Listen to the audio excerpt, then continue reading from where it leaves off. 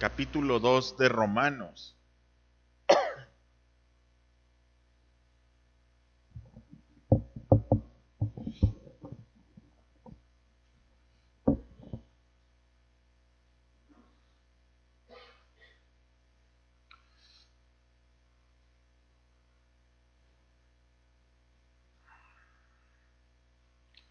Romanos 2, versículos 1 al 6. No sé si alcancemos a llegar hasta el versículo 6, pero vamos a leer hasta el versículo 6. Puestos en pie, hermanos, damos lectura a la palabra y oramos también.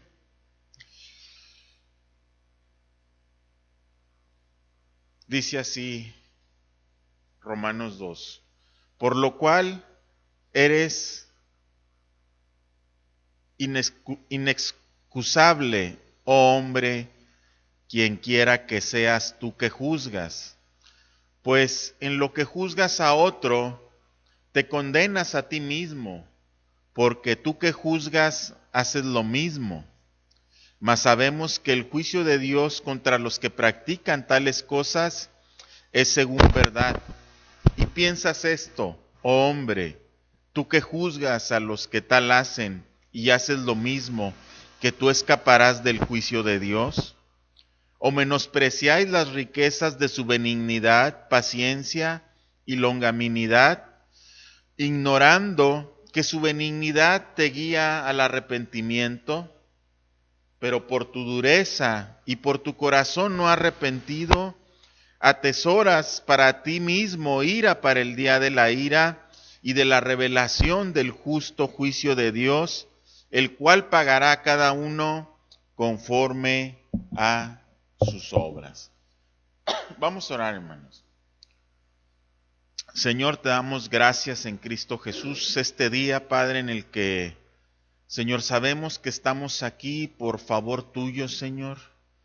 Sabemos que tú nos has traído a este lugar, Señor, y queremos, Señor, hoy escuchar tu palabra con reverencia. Queremos, Dios, retenerla en nuestro corazón, Dios. Queremos hoy pedir a tu Santo Espíritu que a través de tu palabra, Señor, hable a nuestra conciencia, nos transforme, Señor. Que a través de tu Santo Espíritu hoy, Señor, tu palabra se revele a nuestra vida. Y, Señor, entendamos que todo el mensaje de tu palabra es para nosotros.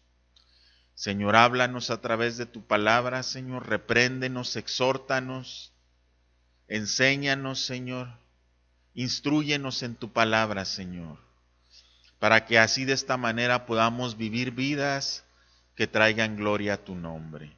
En Cristo Jesús. Amén. Muy bien, siéntese, hermano, gracias.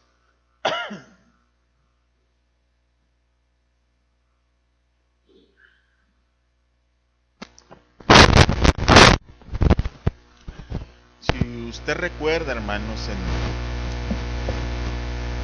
las exposiciones pasadas, en el capítulo 1 de Romanos, el apóstol Pablo, hermanos, se centra tanto en la condición en la cual se encuentra el hombre pecador.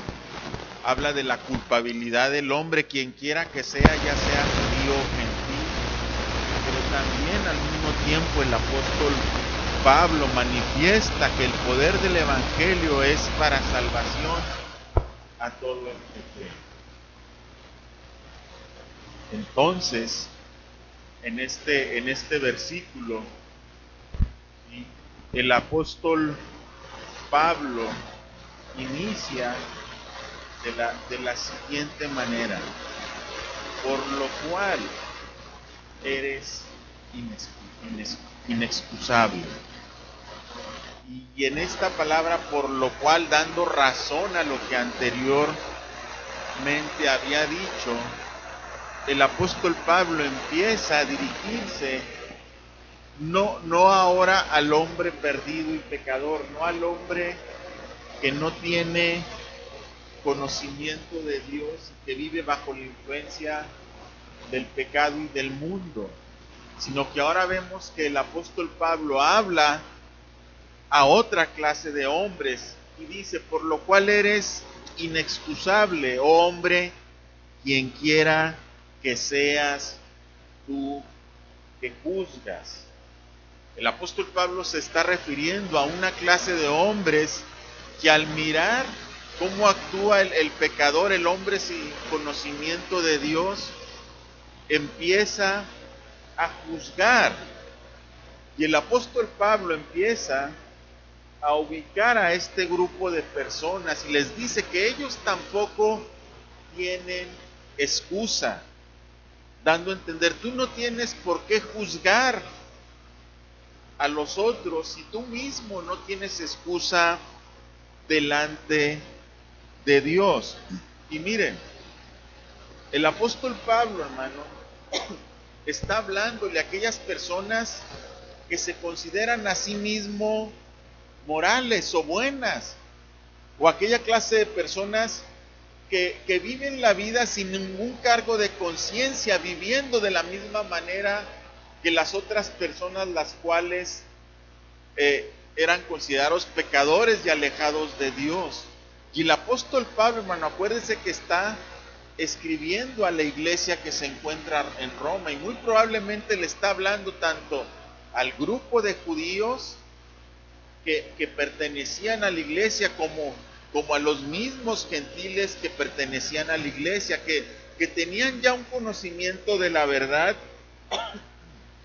pero que por eso mismo estos creyentes se sentían seguros y se justificaban a sí mismos porque ellos conocían la Biblia y se consideraban diferentes a los pecadores comunes y corrientes. Los judíos, lógicamente, por considerarse un pueblo especial, un pueblo escogido por Dios, y que sobre todo ellos nunca practicaron la idolatría, la cual el apóstol Pablo habla anteriormente, y por el alto concepto que tiene de sí mismo el judío, ¿qué sucedía? Que el judío dice, bueno, yo no soy como esos pecadores a los cuales se refiere el apóstol Pablo, yo no soy un idólatra como ellos. Pero por cuanto pensarse que son más que los demás por ser judíos, el judío hace un ídolo de sí mismo. ¿Se acuerda de la parábola del publicano y el fariseo? ¿Qué hacía el fariseo? Hablaba de sí mismo como que no era igual a ese pecador. Yo no soy como este recolector de impuestos. O yo no soy como este publicano. Yo pago mis diezmos, yo hago mis oraciones. Y el apóstol Pablo, hermano, se está refiriendo a ese grupo de gente en la iglesia que se cree diferente a los demás o superior a los demás por su condición, tanto por su conocimiento por la palabra o por creer que por ser judíos simplemente ellos no tienen nada de qué arrepentirse y se creen con el derecho o con la autoridad para juzgar a los demás. Y mire, el apóstol Pablo, hermano, en su pensamiento que hace en este momento es muy semejante a lo que Cristo nos enseñó en Mateo capítulo 7. Y mire lo que enseñó Jesús en Mateo 7, versículo 1 al 4. Mire lo que está diciendo Jesús. No juzguéis para que no seáis juzgados, porque con el juicio con que juzgáis seréis juzgados, y con la medida con que medís os será medido. ¿Y por qué miras la paja que está en el ojo de tu hermano y no echas de ver la viga que está en tu propio ojo? ¿O cómo dirás a tu hermano, déjame sacar la paja de tu ojo y aquí la viga en el tuyo? Entonces, hermano, el apóstol Pablo está haciendo una exhortación a aquellos que están juzgando sin antes ver hacia ellos mismos, sin ver hacia adentro, ¿sí? Entonces, el apóstol Pablo está dando una advertencia, ¿sí? Y les está diciendo, ten cuidado, no creas que porque eres judío, tú estás exento del juicio de Dios. No creas que porque ya estás dentro de la iglesia y conoces la palabra y te consideras a ti mismo como una persona que ya lo sabe o lo conoce todo, tú estarás exento del juicio de Dios. Por eso en el versículo siguiente el apóstol Pablo habla del juicio de Dios. Pero en el 1 le dice, ten cuidado, pues en lo que juzgas a otro, te condenas a ti mismo, porque tú que juzgas, haces lo mismo. Y mire, y vivimos en un tiempo donde en la iglesia se está dando mucho esto, hermano. Juzgar a los de afuera sin juzgarnos a nosotros mismos. Juzgamos al idólatra de bulto, pero no juzgamos nuestras idolatrías, aquellas que nos apartan de dar a Dios una genuina adoración. Juzgamos las obras de maldad que el apóstol menciona en el capítulo 1, pero nunca juzgamos que tal vez somos murmuradores, que tal vez tenemos envidia, que tal vez estamos en la iglesia nomás para tranquilizar nuestra conciencia y nuestro conocimiento de la palabra de Dios. Nos apoyamos en eso. Es que yo sé lo que dice la Biblia y yo sé que no soy como ellos. Dice el apóstol Pablo, desde el momento en que los estás juzgando, tú mismo estás haciendo un juicio contra ti mismo. Por eso es que en el versículo Dios dice, mas sabemos que el juicio de Dios contra los que practican tales cosas es según la verdad. El apóstol Pablo está haciendo una afirmación de algo que ya lo saben tanto él como la iglesia en Roma. ¿Qué quiere decir esto, hermano? Que nadie está ajeno al juicio de Dios. Y por esta razón es que Pablo dice, tenemos que ser cautelosos, tenemos que tener cuidado en qué hablamos del hermano, en cómo juzgamos a nuestro hermano. Tenemos que tener cuidado de hacer señalamientos de la vida de otro sin antes no haber pesado nuestra propia vida. Por eso es que el apóstol Pablo habla de un juicio venidero, ¿sí? Y dice, mas sabemos que el juicio de Dios contra los que practican tales cosas es según la verdad. Y mire, el apóstol Pablo, ¿qué está haciendo? Está dando una advertencia. Y le dice, tú que te dedicas a juzgar y a ver pajas en los ojos de todos, ten cuidado, porque el juicio de Dios vendrá sobre ti también. Y va a ser un juicio que es, dice allí en el versículo 2, según la verdad, o podríamos decir, o en conformidad con la verdad. Sabemos que Dios va a juzgar a todos, creyentes y no creyentes. Dios juzgará a todos, y cuando Dios juzgue, Dios lo va a hacer en base a que Dios conoce todas las evidencias sin excepción.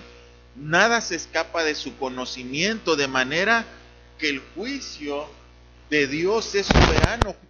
Dios juzgará como un juez soberano y la verdad será el criterio absoluto. ¿Qué quiere decir esto, hermano? Que Dios, cuando haga un juicio, lo va a hacer sobre la base de la verdad. Nunca podrá uno decir, ay Señor, es que tú eso que estás, la forma en que me estás juzgando no es cierto. Dios no va a usar de la mentira para juzgar al hombre. Dios, sus juicios serán según la verdad, según los actos de los hombres, según los pensamientos de los hombres. Entonces, cuando seamos juzgados delante de Dios, sabremos que el juicio que Dios haga, la sentencia que Dios dé a nosotros, es una sentencia que será según la verdad que Dios conoce de cada uno de nosotros. Y sabemos que el único capacitado para juzgar con justicia es Dios. Entonces, en ese momento, cuando todos seamos juzgados por Dios, sabremos que su juicio es justo, que todo lo que Dios diga va a ser la verdad. Y cuando Dios hable y señale nuestras obras, van a ser la verdad. Por eso es que el apóstol Pablo, hermano, ¿sí? Da esta advertencia a la iglesia, porque en la iglesia lamentablemente se ha llenado de gente que se la vive juzgando a los demás, que están en una comodidad de la cual ellos no quieren ser removidos. Yo estoy bien así. Yo cumplo con el culto del domingo.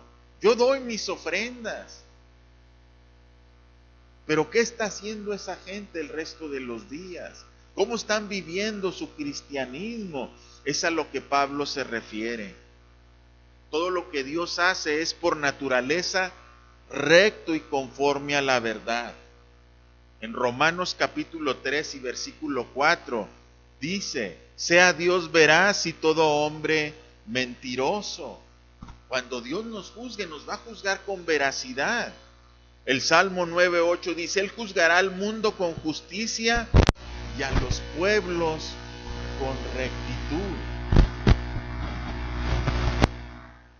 Delante de Dios, hermano, no podremos ni siquiera tener la leve idea de que Dios no nos está juzgando con justicia y rectitud. En Hebreos 4 y versículo 3, el escritor de Hebreos declara lo siguiente, dice: no hay cosa creada que no sea manifiesta en su presencia, que Él no conozca. Antes bien, todas las cosas están desnudas y abiertas a los ojos de aquel a quien tenemos que dar cuenta. El apóstol Pablo le está diciendo a la iglesia que se encuentra en Roma: ten cuidado.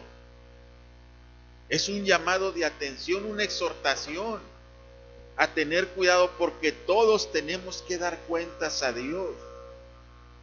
Todos nuestros hechos, todos nuestros actos serán juzgados por Dios.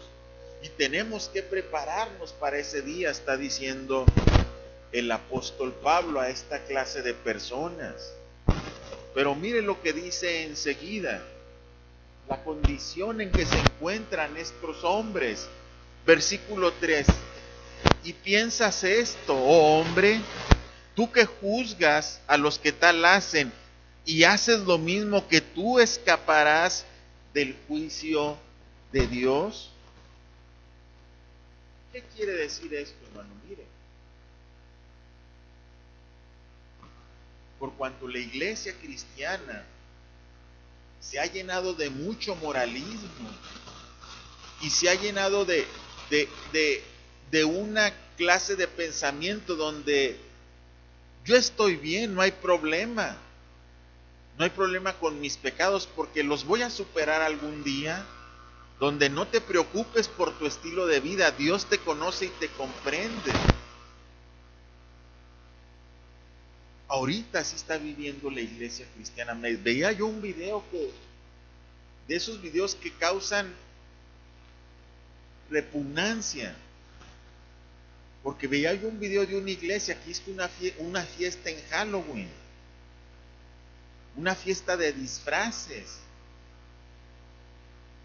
Donde son una iglesia que ellos dicen que están abiertos a todos, que ellos no discriminan a nadie, que ellos aceptan a todos como estén. Y el maestro de ceremonia era un joven disfrazado de hada.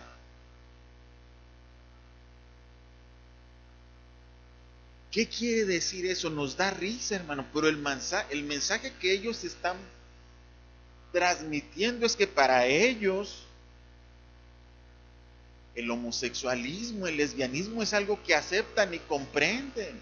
Y dicen a la gente: yo comprendo tu condición y no te señalamos ni te hacemos menos. Ven, te recibimos y te aceptamos como estás. Y déjeme decirle esto: Dios nos recibe como estábamos, nos recibió en pecado y en inmundicia, pero nos recibió para limpiarnos de nuestro pecado por medio de nuestro arrepentimiento. Dios no nos recibió para mantenernos igual en pecado. Dios nos recibió pecadores para transformarnos en santos. Pero esta clase de gente, hermano, ellos saben qué piensan, ¿sí? Que ellos no serán juzgados. que el juicio de Dios no vendrá sobre ellos. Y mire, fíjese bien cuál es la condición. Mire, cuando el apóstol Pablo dice, y piensas esto, la palabra griega que utiliza Pablo para pensar es logizomai, que es un verbo que implica calcular o suponer. El hombre moralista o el judío hace una falsa estimación de su pecaminosidad. ¿Qué quiere decir esto? Que el hombre, según sus propias concupiscencias, según sus propias deducciones, dice, esto no es malo, para mí esto no es malo, si para ti es, para mí no. Por eso este hombre cree que él no va a ser juzgado. Este hombre piensa, sí, que él no va a ser señalado. Aunque practique las mismas maldades de los hombres que no conocen a Dios. Mire, un hombre, este hombre se llama Donald Gray Barhouse, este hombre tiene una exposición de doctrinas bíblicas y este hombre hace una paráfrasis de este versículo. Y mire cómo este hombre hace esta paráfrasis de este versículo. Le voy a leer primero como dice Romanos. Y piensas esto, oh hombre, tú que juzgas a los que tal hacen y haces lo mismo, que tú escaparás del juicio de Dios. Dice Donald Gray, dice, oye tú, tonto, en realidad has hecho los cálculos para ubicarte en un ángulo que te permita llevarle la contraria a Dios y salirte con las tuyas. Ni siquiera tienes un ápice de probabilidad de lograrlo. No hay escape alguno, ¿lo entiendes? Ningún escape jamás. Y esto tiene que ver contigo. Esa persona respetable que se sienta a emitir un juicio sobre otra criatura semejante y queda ella misma sin arrepentirse. Tenemos que ser muy cuidadosos cuando juzgamos. Tenemos que tener mucho cuidado de los señalamientos que hacemos. Porque nosotros no quedaremos sin juicio. Nosotros seremos juzgados también por Dios por nuestros actos y nuestra palabra. Esta clase de hombre cree que escapará del juicio de Dios por méritos propios. Jesús los describió de tal manera, semejantes a sepulcros blanqueados, que por fuera la verdad se muestran hermosos, mas por dentro están llenos de huesos muertos y de toda inmundicia. Mateo 23, 26. Cada vez que usted abre esta clase de videos de las cosas que están pasando en las iglesias, hermanos, no en Estados Unidos, no en Europa, aquí en nuestro país, en México, donde un culto para jóvenes lo hacen en un lugar oscuro y con luces y prenden y apagan. Y tocan una alabanza, entre comillas, donde excitan al joven a gritar y a brincar, sin ninguna conciencia de lo que es adoración y alabanza a Dios. Y después se sube un payaso, porque eso es lo que contratan, un payaso, que divierta a los muchachos un rato, con chistes y con anécdotas, y con un criterio muy bajo de lo que es la santidad y el pecado y la consagración a Dios, cosas que ni siquiera mencionan, porque ellos dan por un hecho que todos son merecedores de todas las atenciones de Dios para su vida. Y ellos dicen, si nosotros estamos sirviendo al Señor, ¿por qué Dios nos ha de juzgar a nosotros como a ellos? ¿De verdad crees que te librarás del juicio del Señor? Dice el apóstol Pablo. ¿Crees tú que vas a escapar?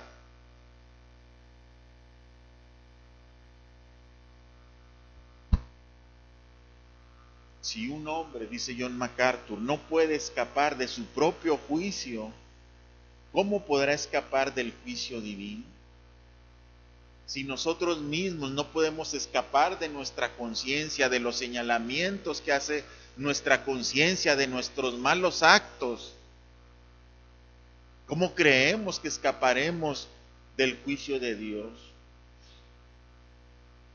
Por lo tanto, pongamos atención a la exhortación que el libro de Hebreos nos dice, Hebreos 12:25.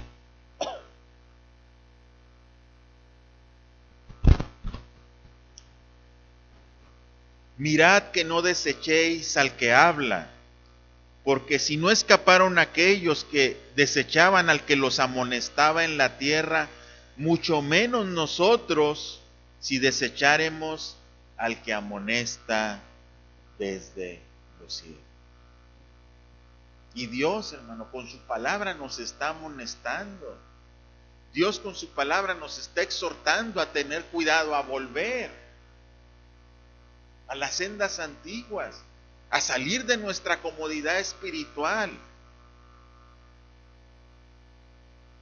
a tomar con seriedad la vida cristiana.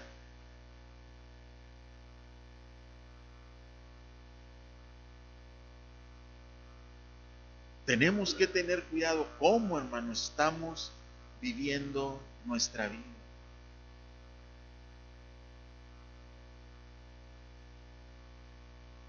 Enseguida en el versículo 4 el apóstol Pablo dice lo siguiente: ¿o menospreciáis las riquezas de su benignidad, paciencia, longanimidad, ignorando que su benignidad te guía al arrepentimiento? Esta palabra, hermano, menospreciar, significa literalmente mirar hacia abajo, con una actitud de superioridad o pensando con ligereza y desaire acerca de algo o alguien, lo cual significa subestimar su valor verdadero. Esta palabra tenía muchas veces la connotación de desconsiderar o despreciar. Entonces, ¿qué le está diciendo Pablo al hombre? Ten cuidado, estás menospreciando, estás teniendo en poco las riquezas de su benignidad. El hombre en esta condición, ¿qué hace, hermanos? Desprecia a Dios, menosprecia la bondad que Dios está teniendo con él al ser paciente con ellos.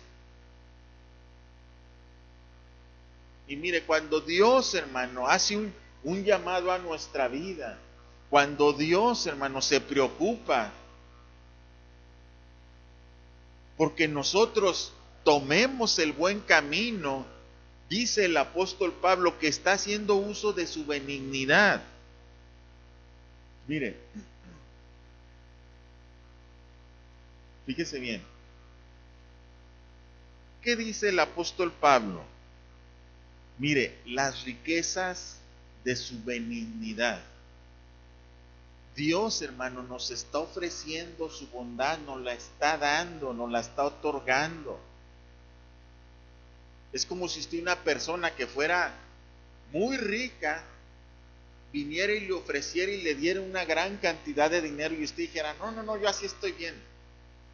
No, a mí eso no es necesario para mí.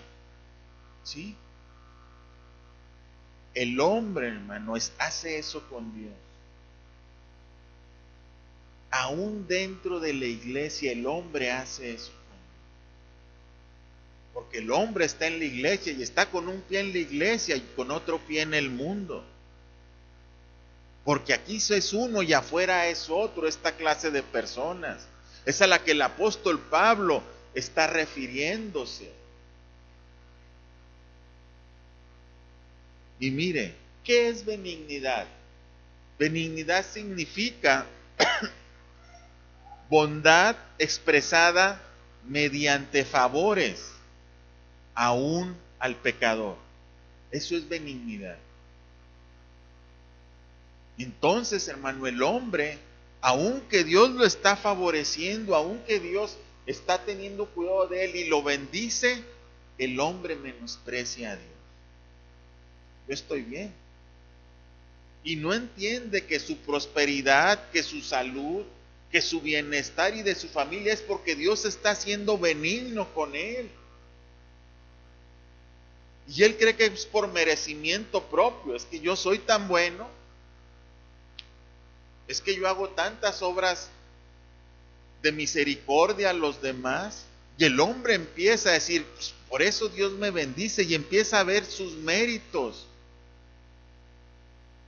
Cuando la Biblia nos enseña que nuestras mejores obras delante de Él son como trapos de inmundicia.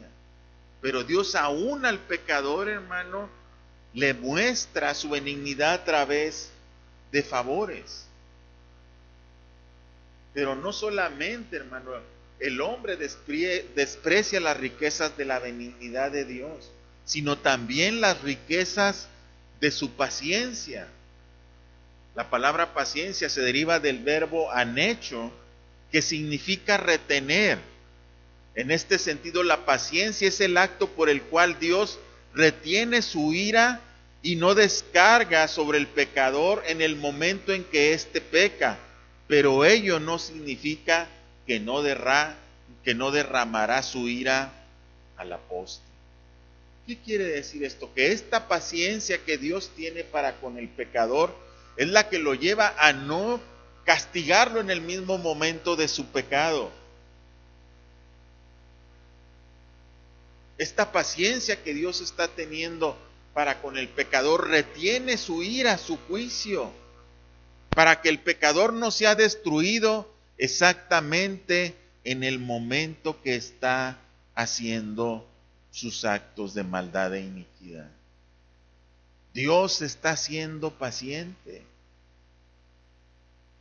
Por eso, hermanos, si un día nosotros venimos al Señor y nos descarriamos por un tiempo y hicimos tantas cosas malas como mucha gente lo ha testificado, no fue otra cosa que la benignidad y la paciencia del Señor, que no nos destruyó con su juicio, que no dejó caer su ira contra nosotros, sino que fue paciente y esperó a que nosotros otra vez volviéramos en sí como el hijo pródigo y regresáramos al buen camino. Su paciencia nos ha librado de su ira.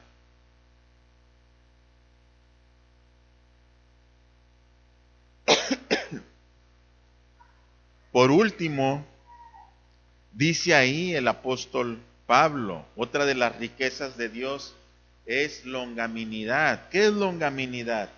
Longanimidad es una palabra que se traduce como paciencia, pero es una paciencia excesiva, si es una paciencia mayor.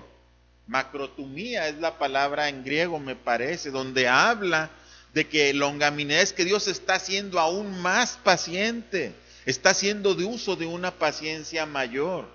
Se traduce en el acto de la misericordia de Dios que hace que Dios espere antes de derramar su ira hasta el momento del juicio. Estas tres riquezas, benignidad, paciencia y longanimidad, se extienden a toda la humanidad. No solamente al creyente que anda descarriado, sino aún aquel que no ha venido a los pies de Cristo. El apóstol Pedro, en su epístola,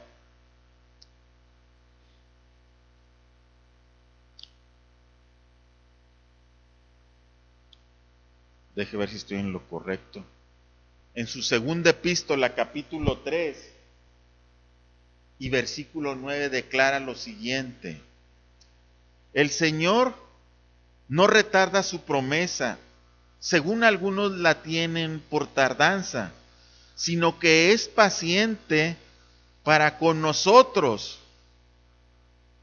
Fíjese bien cómo el apóstol Pedro se incluye. El Señor es paciente para con nosotros. No dice, el Señor está siendo paciente con los pecadores de afuera, no. El Señor es paciente para con nosotros. no queriendo que ninguno perezca, sino que todos procedan al arrepentimiento. Dios está siendo paciente. No es que Dios esté tardando en venir. Mire, a veces cuando oigo gente que me dice, ay, ¿por qué el Señor no viene? Ya debería de venir el Señor. Tanto sufrimiento, tanto que me dan ganas de decirles que está siendo paciente con usted. Mejor que no venga porque le está teniendo paciencia para que se arrepienta. Mejor que no venga para que le dé tiempo al arrepentimiento.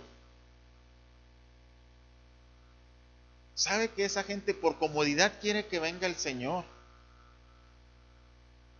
Ay, es que ya no quiero sufrir, ay, es que no entiende que es a través del sufrimiento que Dios la va a llevar al cielo, que no entiende que es a través de las pruebas que tenemos que pasar que podremos llegar al cielo. Pero como a todos nos gusta la comodidad y no batallar y no sufrir, decimos, ya que venga el Señor. Y no hemos entendido que Dios en su misericordia está siendo paciente con nosotros, los de adentro y con los de afuera. Dios no quiere que ninguno se pierda. Ese es el deseo de Dios, pero es un hecho de que muchos se perderán. Pero que Dios nos ayude a no ser de esos. Que Dios nos ayude a ir y buscar la paciencia de Dios para cada uno de nosotros.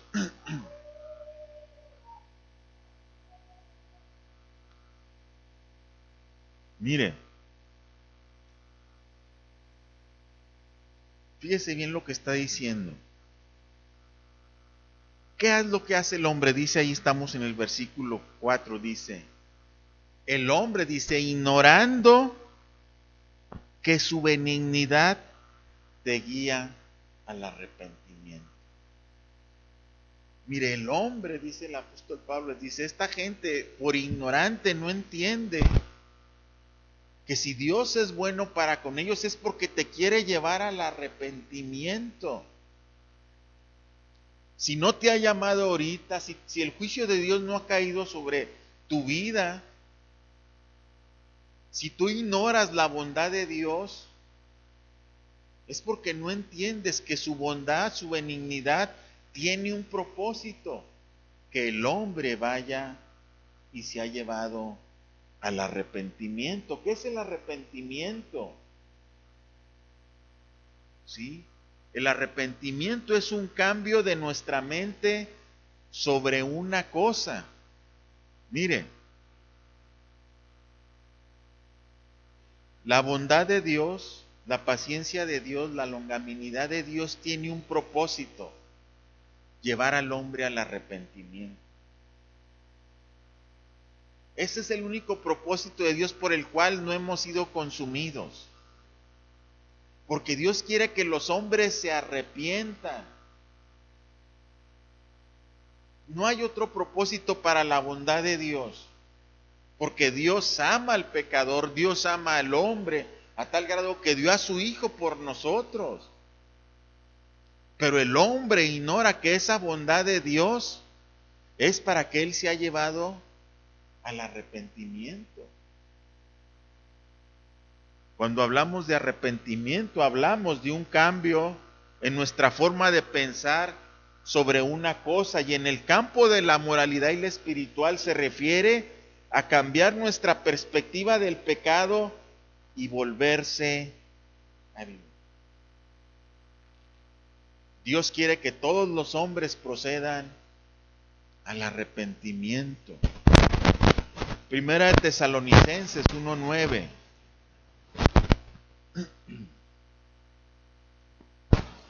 Mire lo que dice el Señor. Porque ellos mismos cuentan de nosotros la manera en que nos recibisteis y cómo os convertisteis de los ídolos a Dios para servir al Dios vivo y verdadero. Este es un arrepentimiento. convertirse de los ídolos para servir al Dios vivo y verdadero. ¿Qué sucedía con la iglesia, hermano? Ellos creían que no eran idólatras. ¿Qué sucedía con los judíos que estaban en la iglesia? Yo no soy idólatra. Con los gentiles se basaban en méritos propios. Pues es que yo ya hice, yo traigo, yo llevo, yo me porto así. Pero realmente en su corazón, hermano, ellos estaban practicando otras cosas. En su corazón no era un corazón inclinado a Dios, sino era un corazón inclinado a las cosas del mundo. Por eso es que Dios está siendo paciente, para que el hombre se arrepienta de sus pecados, para que el hombre deje de calcular las situaciones. Bueno, ahorita me porto así y luego ya en la iglesia me porto así. Déjame, doy una chancita unos días y luego ya vuelvo a la iglesia. Eso es hacer un mal cálculo del juicio de Dios y de la ira de Dios. Pablo está diciendo, no estés calculando mal, que vas a escapar del juicio de Dios. No hagas malos cálculos. Arrepiéntete ahorita, que su bondad, su paciencia y su benignidad las tienes todavía. Si sigues así, no creas que te vas a escapar del juicio de Dios, porque al final de cuentas todos compareceremos ante el tribunal de Cristo, dice la palabra de Dios. Entonces, tengamos cuidado y no hagamos uso de sobrada confianza en cuanto a las cosas de Dios. Enseguida, en el versículo 5, el apóstol Pablo, hermano, hace mención de la condición espiritual en la que se encuentran esta clase de gentes. Y les dice, pero tú, por tu dureza y por tu corazón no arrepentido, atesoras para ti mismo ira para el día de la ira y de la revelación del justo juicio de Dios. Versículo 6 lo vamos a unir. El cual pagará a cada uno conforme a sus obras.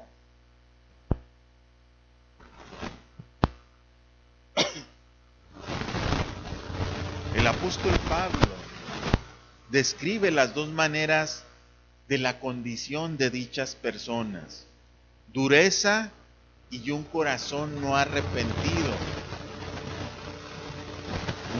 Un comentarista de Romanos dice, o un corazón inconverso. Y esto te habla de alguien que realmente no ha sido regenerado por Dios. Que están en la iglesia para calmar su conciencia, para dar una apariencia de algo, para, según ellos, tener autoridad para juzgar a otro, pero mientras juzgan, se condenan a sí mismos. Entonces, el apóstol Pablo dice que estas personas se encuentran en una condición de dureza y de un corazón no arrepentido o inconverso. La Biblia generalmente vincula estos dos estados del corazón, dureza e inconversión. Y lo vamos a leer en algunos textos. Ezequiel 36:26.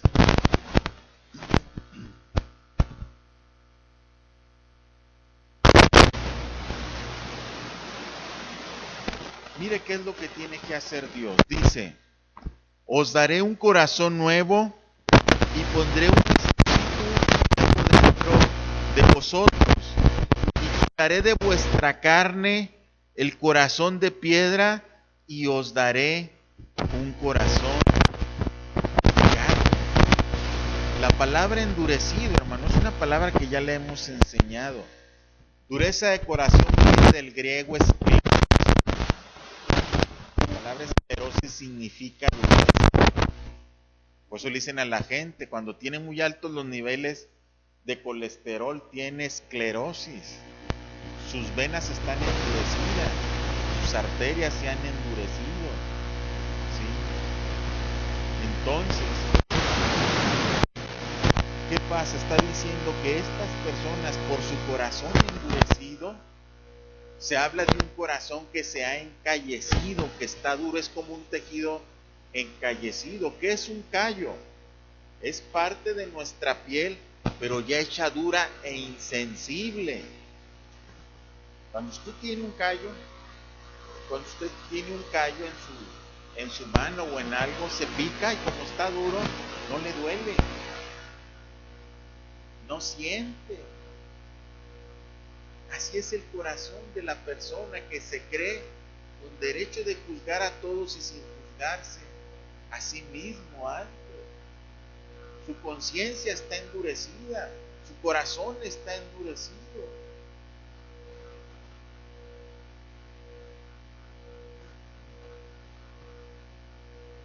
Miren lo que dice esta cita, Marcos 3:5. Acompáñenme a Marcos.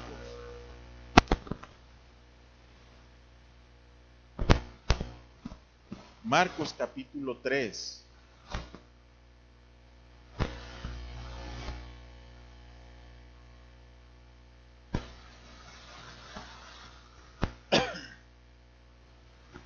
Deje ver si estoy en la cita.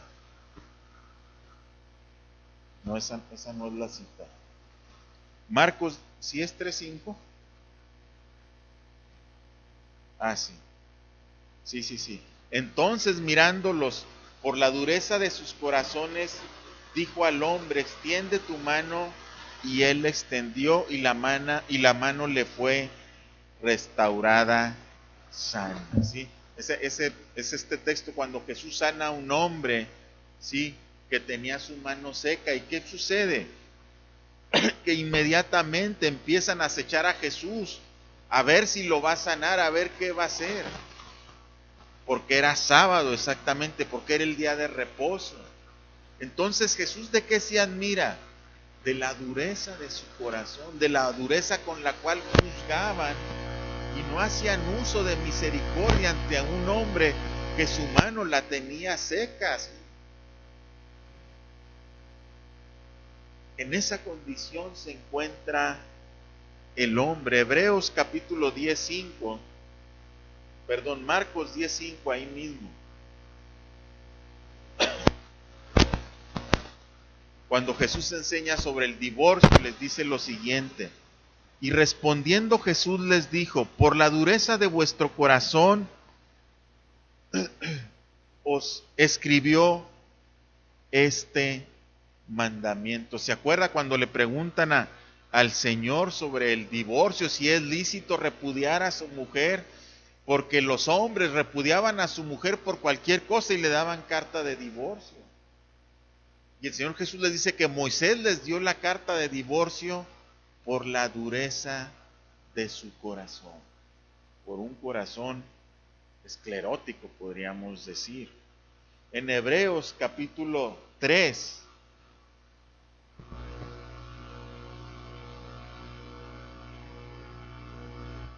versículo 8,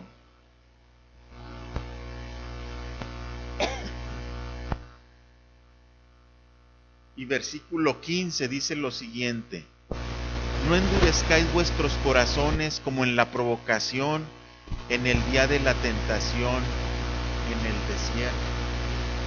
El Señor da una advertencia a la iglesia y le dice que tenga cuidado de que su corazón no se endurezca.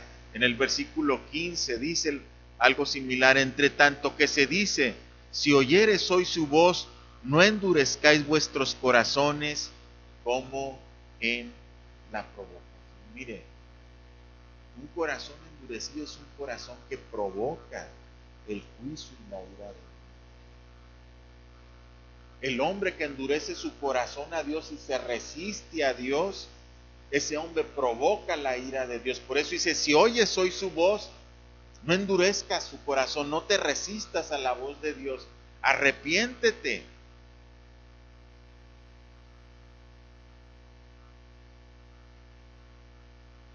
Tenemos, hermano, que tener cuidado y examinar continuamente nuestro corazón. Que nuestro corazón no se esté endureciendo por alguna causa. Y seamos insensibles a Dios y a las cosas de Dios.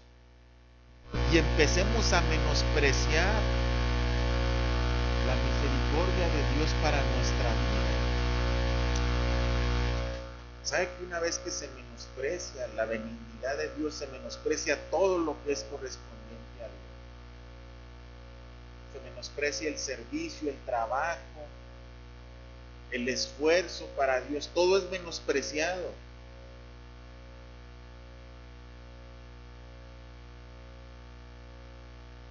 Dice enseguida,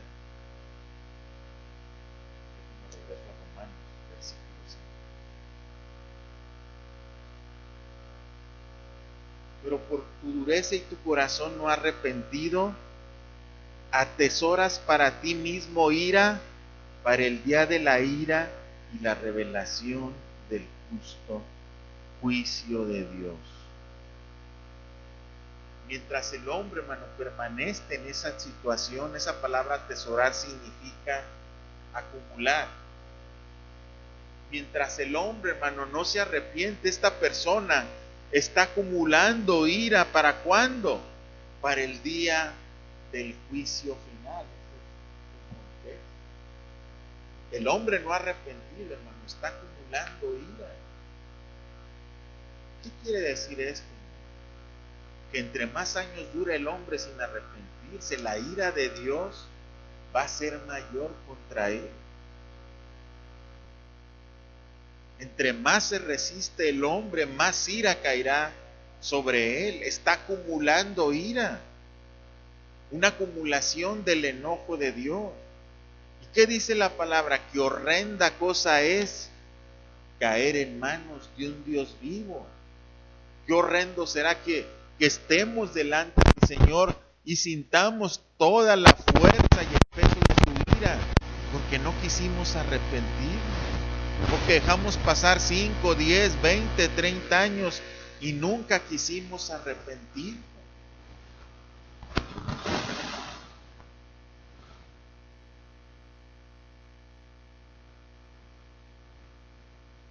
Versículo 6. Por último, dice que en este juicio Él pagará a cada uno conforme a sus obras. En Mateo 16:27, cuando el Señor Jesús habla, una de las tantas ocasiones que habló del juicio que recibirían los hombres, dice lo siguiente: porque el Hijo del Hombre vendrá en la gloria de su Padre con sus ángeles, y entonces pagará a cada uno conforme a sus hechos.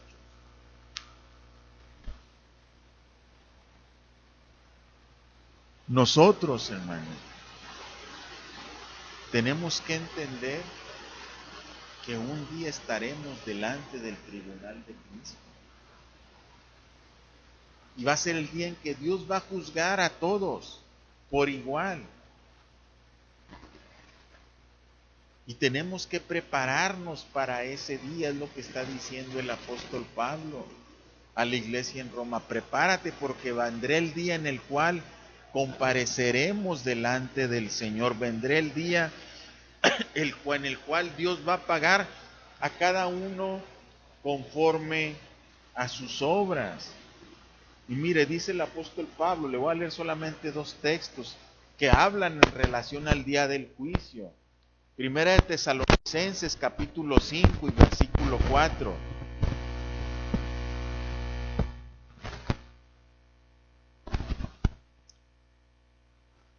Dice el Señor: mas vosotros, hermanos, no estáis en tinieblas para que aquel día os sorprenda como al ladrón. Aquel día se refiere al juicio. Pero mire, los que viven en tinieblas, ese día los va a sorprender, los va a agarrar de sorpresa. Los que viven en tinieblas, cuando menos se acuerde, estarán delante del Señor. y sentirán todo el peso de su ira por su corazón no arrepentido. Y los seres humanos tenemos la tendencia a creer que falta mucho. Pero ¿sabe qué? Cada vez falta menos. Y entre más años cumplimos, más cercanos estamos al momento del juicio de Dios. El día en que Dios nos llame a la presencia, más cercanos estamos. Aunque entendemos bien que Dios cuando llama a grandes y a chicos, ancianos, jóvenes, niños. Por eso no tenemos que menospreciar estas palabras, porque en cualquier momento Dios nos puede llamar a su presencia, a rendir cuentas. Por eso tenemos que cuidar con temor y temblor nuestra salvación, tener cuidado de ella, aunque sabemos que el Señor ha prometido guardarnos hasta el fin. Nuestra encomienda, nuestro trabajo es vivir una vida santa hasta aquel día. Ocuparnos, trabajar en nuestra salvación todos los días hasta el fin.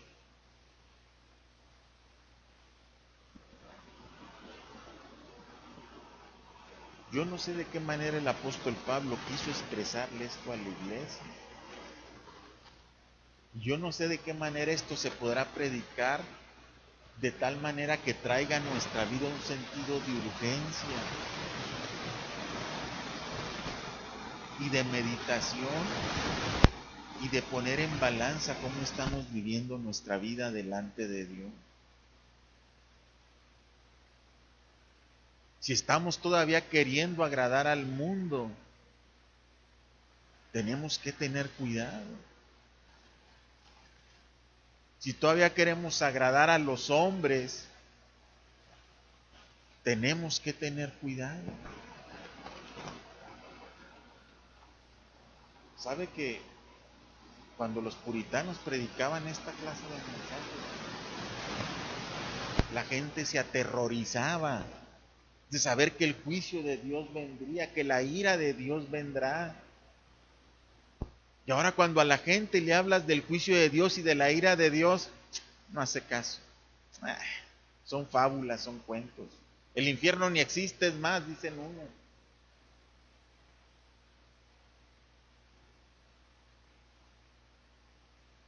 Hubo un predicador, Jonathan Edwards, que uno de sus discursos, sus predicaciones más famosas fue "Pecadores en manos de un Dios airado". Así tituló su mensaje. Pecadores en manos de un Dios que está enojado contra ellos. Y la gente lloraba y se arrepentía. Aquí nos dormimos. O sea, ¿qué pasa con nuestra conciencia? ¿Qué pasa con nuestro corazón? Está diciéndole el apóstol Pablo a la iglesia.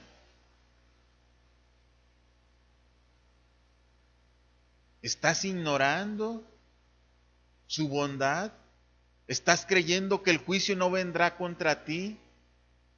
El juicio viene contra todos. Y nosotros vivimos vidas despreocupadas. ¿Sabe que estos hombres no vivían así?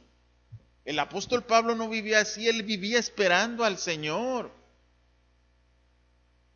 El apóstol Pablo estaba convencido de que el Señor vendría y lo levantaría. Por eso en Tesalonicenses dice: nosotros los que habremos quedado, seremos arrebatados juntamente con Él. Él se contaba con aquellos que iban a ser levantados por el Señor. Pero ahora entendemos por qué el Señor no ha venido.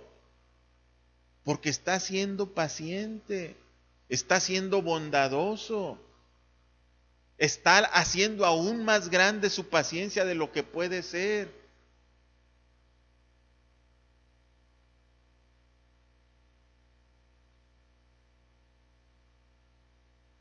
¿Qué estamos haciendo con el tiempo que Dios nos está concediendo? Con la salud que nos está concediendo.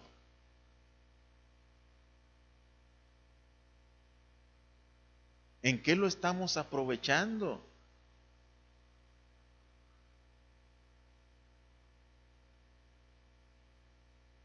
Tenemos que tener más temor de Dios, hermano, porque todo eso habla de que no hay un temor de Dios en la vida de la iglesia.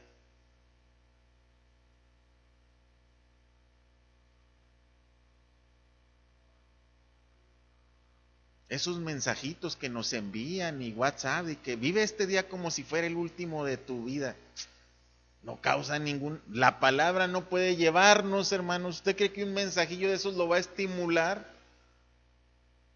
La palabra está diciendo que viene un juicio y que nadie va a escapar del juicio. Y andamos buscando frasecitas y cositas así para enviarle a la gente.